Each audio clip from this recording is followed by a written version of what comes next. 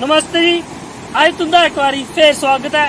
ते अज अस तुसेंगी डुग्गर देश की खूबसूरती लेना दस्सन कि साढ़ा जेह्का डुग्गर देश जेह्का हिमाचल थमां लेइयै उप्पर प्हाड़ें तक्कर फैले दा है, किन्ना खूबसूरत है ते किन्ना विशाल है।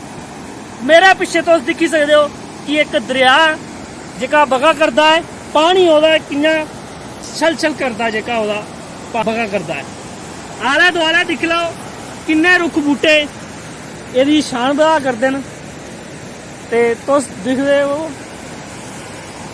अगर साढ़े अज्ज दी वीडियो दस्सने का मेरा इ'यै मकसद है कि साढ़ा जेह्का डुग्गर देश है वो कोई भी होर जगह थमां घट्ट नहीं है, ना कुसै रीति रिवाजें च, ना खान पीन बिच ते ना अपनी खूबसूरती बिच। एह् दरिया दे कंढे एह् काला जेह्का पत्थर है, ये जेह्के फॉसल जिसी बोलदे न, ओह् चीज़ है।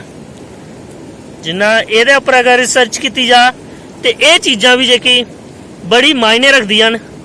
एह् काला पत्थर उस चीज़ दा गवाह है कि पुराने समय बिच भी साढ़े डुग्गर देश बिच इत्थे डुग्गर प्रदेश दे रुख बूह्टे आले दुआले दरिया दे इ'यां बझोंदे न। मन्नेओ भगवान ने इक इक त्रिंबे इंदे च जेह्का